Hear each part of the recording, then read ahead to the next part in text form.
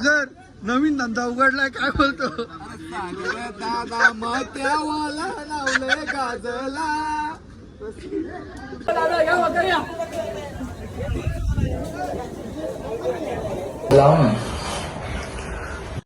जलने वाले आताच इथे एक मोठा हादसा झालेला आहे. जवळपास दिल्लीची एक फॅमिली ही दोघं कुठे गेले आम्हाला भेटत नाही.